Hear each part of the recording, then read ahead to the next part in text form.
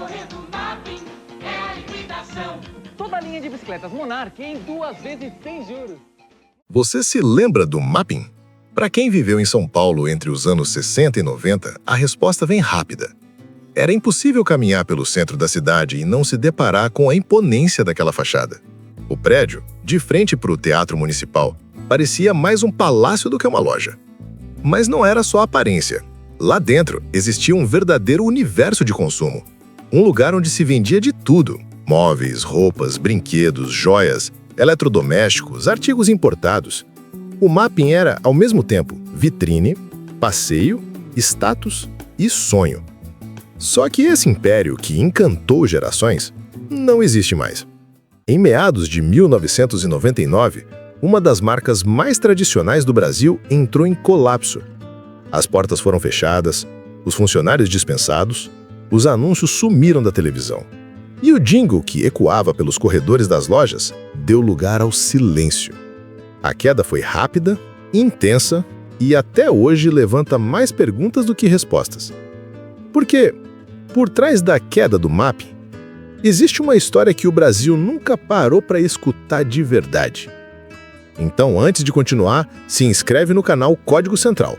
Aqui, a gente revela histórias que você nunca viu, mas que merecem ser contadas.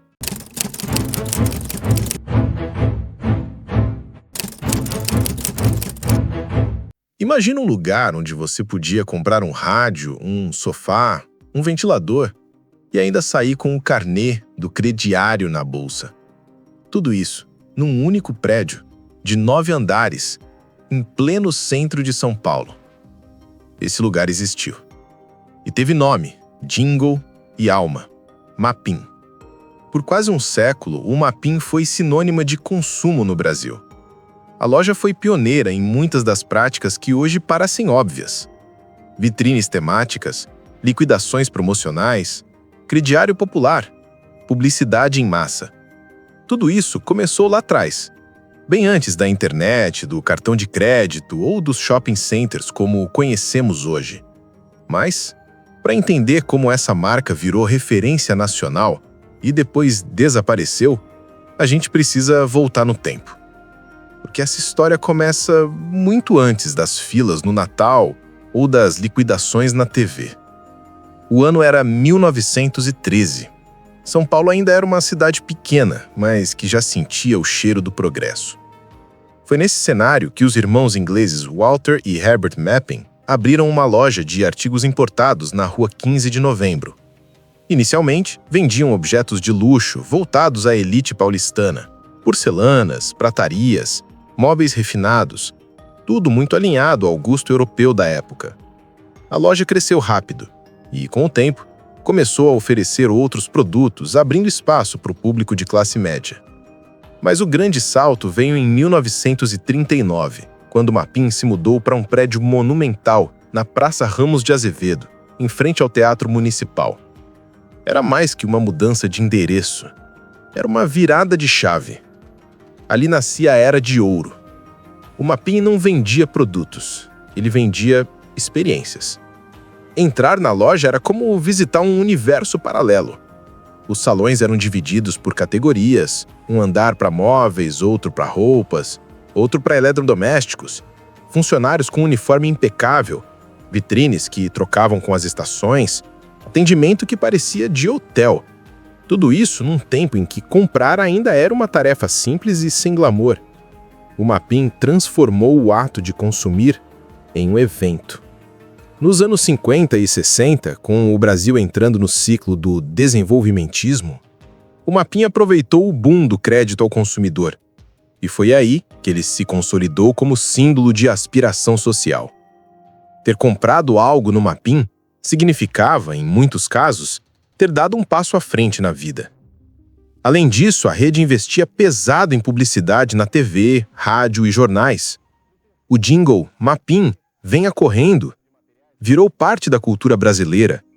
Campanhas de liquidação lotavam o centro da cidade. Os desfiles de moda da loja chegavam a sair nos jornais. Nos anos 70 e 80, o Mapping era a maior referência do varejo brasileiro. Era como se fosse a Amazon física da época, com tudo em um só lugar. Nessa fase, a rede tinha mais milhares de funcionários, faturava bilhões de cruzeiros por ano e recebia milhares de pessoas por dia só na loja da Praça Ramos de Azevedo. Foi nesse período que o Mapim inovou mais uma vez. Levou o conceito de loja de departamentos para dentro dos shoppings. Inaugurou unidades no Shopping Iguatemi e no Shopping Morumbi, entre outros. A marca crescia, faturava alto e tinha status de gigante nacional. Para muita gente, o Mapim não era só comércio. Era lembrança de infância, primeiro emprego, passeio de domingo. Mesmo no auge, os sinais começaram a aparecer. No final dos anos 80 e início dos 90, o Brasil vivia um cenário instável. Inflação descontrolada, mudança de moeda, planos econômicos arriscados. O crédito ficou mais caro, o consumo ficou incerto. E o Mapim, que cresceu oferecendo parcelas, sentiu o baque. Além disso, a chegada de novas redes concorrentes, como o Pão de Açúcar no varejo alimentar, o Carrefour nos hipermercados e a própria ascensão dos shoppings mudaram a lógica de consumo. O Mapim ficou preso a um modelo de loja verticalizada e custosa, com alto custo fixo e necessidade constante de capital de giro. Mas foi só nos anos seguintes que a coisa desandou de vez.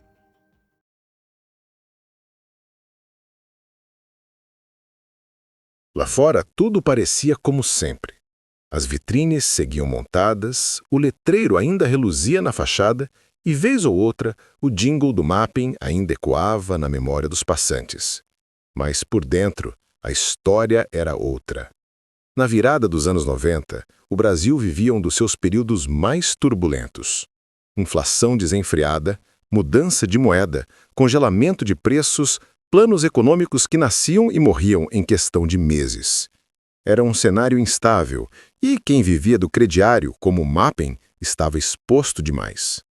O modelo de negócio que sustentou o sucesso da loja por décadas, vender a prazo, facilitar o pagamento, confiar na clientela, começou a virar contra a própria empresa. O consumo desacelerou, a inadimplência disparou e o caixa já não fechava como antes. Para muita gente, ainda havia esperança. O nome Mapim ainda era forte, ainda carregava um simbolismo difícil de ignorar. E foi justamente esse prestígio que atraiu um novo personagem para essa história, Ricardo Mansur. Mansur não era um desconhecido. Dono de empresas no setor financeiro e de uma imagem confiante, ele chegou com promessas ousadas. Em vez de apenas salvar o Mapim, decidiu dar um passo além. Comprou também a Mesbla, outra gigante do varejo brasileiro, só que tão ou mais endividada que o Mapim. A proposta era transformar duas empresas combalidas em um novo império. Segundo registros públicos, Mansur adquiriu 51% das ações da Mesbla por R$600 milhões, assumindo ainda uma dívida fiscal estimada em R$350 milhões. Mas a situação da Mesbla já era crítica. No ano anterior à fusão, ela acumulava passivos que ultrapassavam R$1 bilhão. E agora, tudo isso estava sob o mesmo guarda-chuva. A ideia parecia boa no papel, mas na prática foi como tentar apagar o incêndio jogando gasolina. As lojas tinham estoques desbalanceados, os sistemas de controle não se conversavam, a logística era confusa e a cultura interna das empresas completamente diferente. Enquanto isso, o buraco só aumentava. Para você ter uma ideia, já em 1995, o Mapim havia fechado o ano com prejuízo superior a R$20 milhões. Mesmo antes da fusão, a situação já era grave, e depois dela, o caos só se espalhou. Fornecedores começaram a recuar, funcionários relatavam atrasos nos salários. As vitrines continuavam atraentes, mas por trás delas, os produtos sumiam. E as promessas de recuperação ficavam no discurso. Mansur dizia à imprensa que novos investidores viriam, que o grupo ia se digitalizar, que havia um plano. Mas nos bastidores não havia mais tempo. Em 1999, sem caixa, sem fôlego e sem saída, a justiça decretou a falência do Mapim. E parecia que ali se encerrava a história. Mas não. Era só o começo de uma sequência de desdobramentos que o público pouco viu. O que muita gente não sabia, ou preferia não comentar, era que Ricardo Mansur não controlava apenas as lojas. Ele também era o nome por trás de instituições financeiras ligadas ao grupo, como o Banco Crefisul e a Mapping Previdência Privada, MPP. E é justamente aí que a história muda de tom.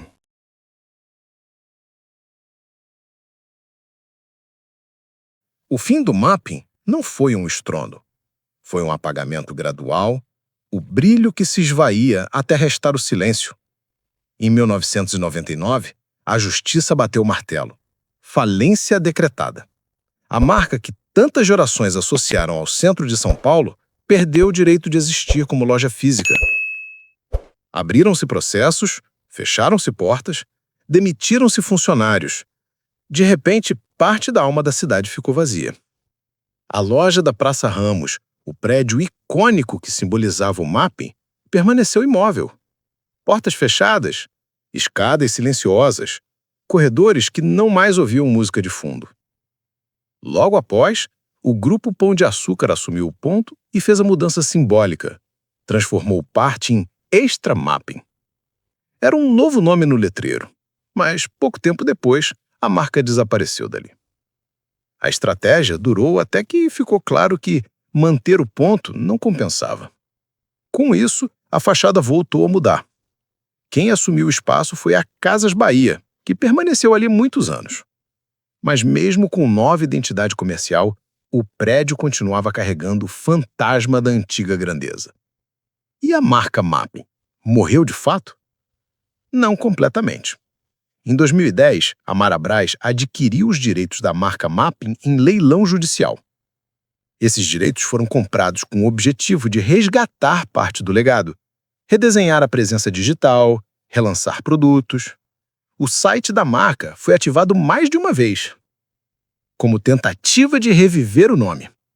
Mas, sem lojas físicas, sem presença real no centro da cidade, a marca ficou restrita a ecos na tela. Anos depois da queda, vieram as condenações. Em 2011, Mansur foi condenado pela Justiça Federal a 11 anos e 6 meses de prisão por gestão fraudulenta. Segundo os autos, ele usou recursos da MPP e do Crefisul de forma irregular, beneficiando empresas do próprio grupo. Um claro conflito de interesses. A investigação revelou que dias antes da liquidação do Crefisul, foram feitos saques de mais de 10 milhões de reais, quando o banco já estava tecnicamente quebrado. Além disso, o passivo com o Banco Central passava de 120 milhões de reais.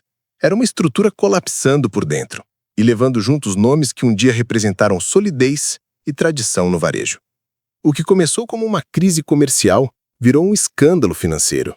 E a figura de Mansur, que por anos foi vista como símbolo de ousadia, agora parecia ligada a práticas fraudulentas, decisões arriscadas e uma série de promessas não cumpridas.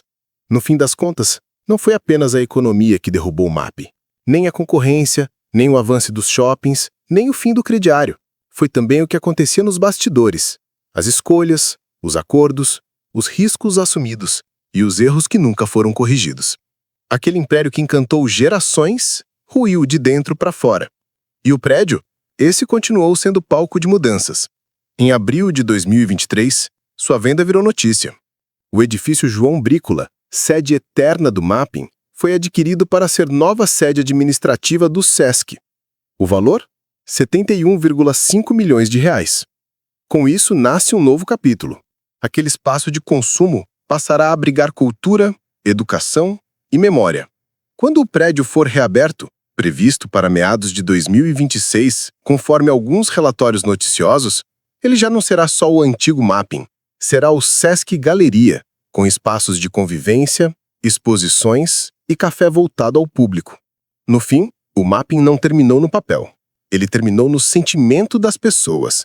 O nome saiu da fachada, mas nunca saiu da memória de quem viveu aquilo. O Mapping não era só uma loja. Era um marco no jeito de consumir, de sonhar, de andar pela cidade. Ele trouxe inovação quando ainda nem se falava nisso.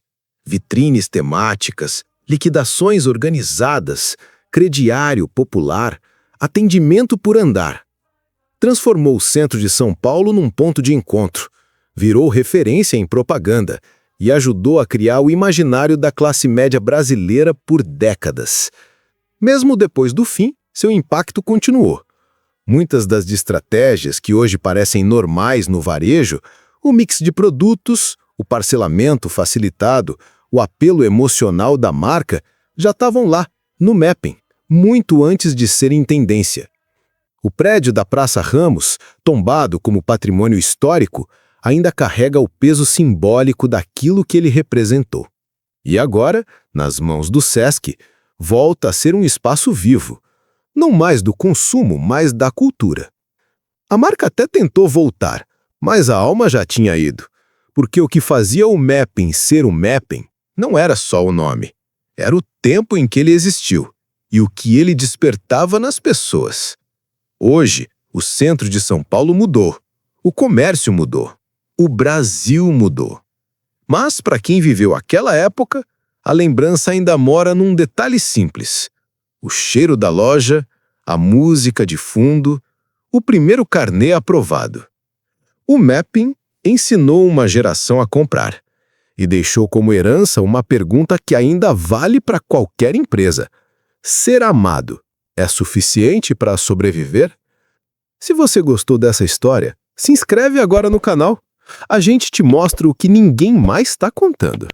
Comenta aqui embaixo o que você lembra do mapping e compartilhe esse vídeo com alguém que já comprou por lá ou que adoraria ter conhecido. Te vejo no próximo vídeo.